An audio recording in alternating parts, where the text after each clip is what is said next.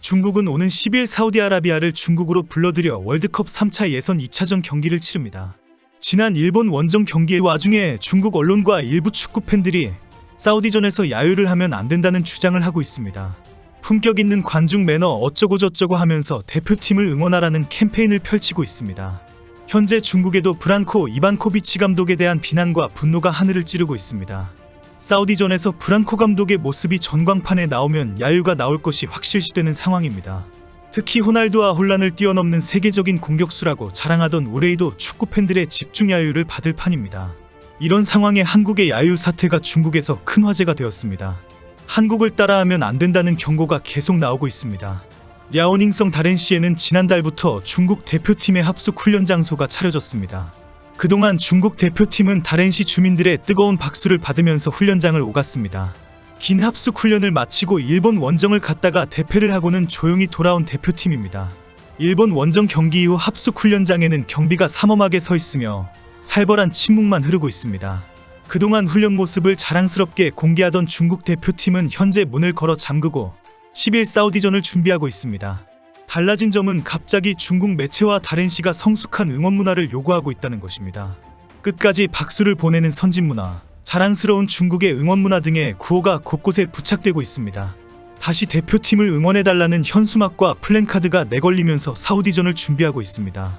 중국 매체에서 연일 한국의 야유 사태를 크게 보도하면서 비판하는 것도 사우디전에서의 불상사를 경고하는 분위기입니다. 중국과 사우디아라비아의 경기가 열리는 다롄 경기장은 중국 랴오닝성 다롄에 있는 64,000석 규모의 축구 전용 경기장입니다.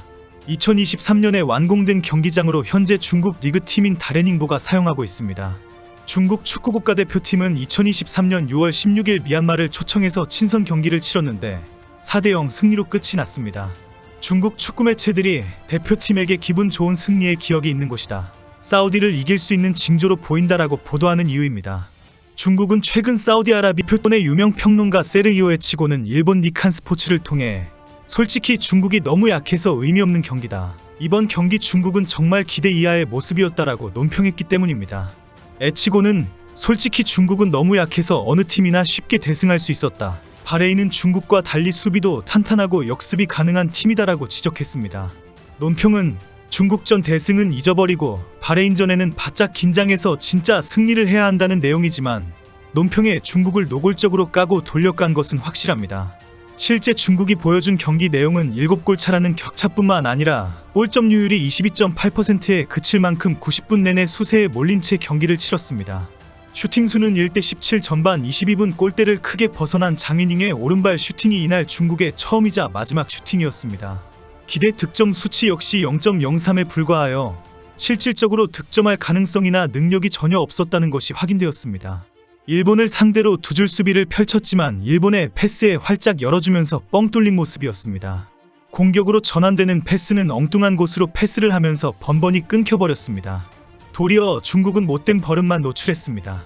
일본 선수들에게 깊은 태클을 시도하며 카드만 부지런히 수집했습니다. 팀으로서의 경쟁력은 뭐 하나 내세울 것이 없을 정도로 너무나 떨어진 최악의 경기력을 보여주었습니다.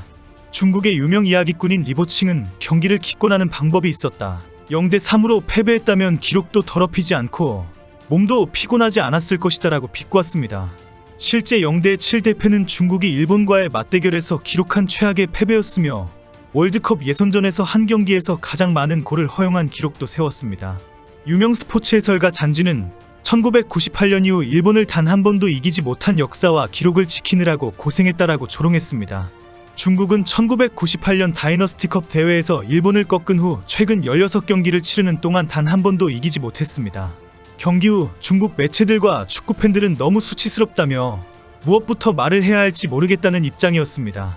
중국 소우닷컴은 전력차가 큰 상황에서 중국 대표팀이 할 수 있는 건 수비와 역습, 실점을 줄이기 위해 노력하는 것뿐이었다며 중국은 일본의 0대7로 비참하게 패배했다, 수치스러운 결과라고 비판했습니다.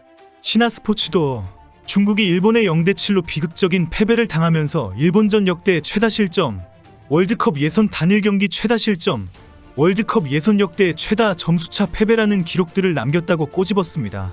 이 와중에 중국과 일본의 경기가 열리기 바로 직전인 4일에는 충격적인 발표가 큰 화제가 되었습니다.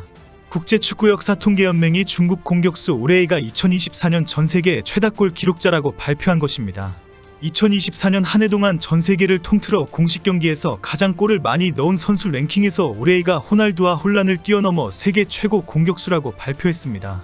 우레이는 올해 공식전에서 35골을 넣었는데 중국 리그에서 28골, 중국 FA컵에서 3골, 대표팀에서 4골을 기록했습니다. 중국 매체들은 일제히 이 소식을 전하면서 맨시티의 엘링홀란이 30골로 우레이에 미치지 못했다고 전했습니다. 중국인들은 창피하다, 우리 아들은 유치원에서 50골 넣었다라는 조롱의 글을 올렸습니다. 그리고 바로 다음날 중국은 일본에 0대7 대패를 했고 우레이는 후반 들어 바로 교체되어 버리는 수모를 당했습니다. 우레이는 패배 이후 취재진들이 인터뷰 요청을 했지만 고개를 저으면서 빠져나갔다고 알려졌습니다. 경기 전에는 일본은 강하지만 중국은 쉽게 포기하지 않는다. 우리는 일본의 플레이 방식을 잘 알고 있다며 큰 소리를 치 누레이었습니다. 이제 10일 중국은 대패하고 한국은 대승하면 되는 날입니다. 두 배의 기쁨이 넘치는 날이 되기를 기대합니다.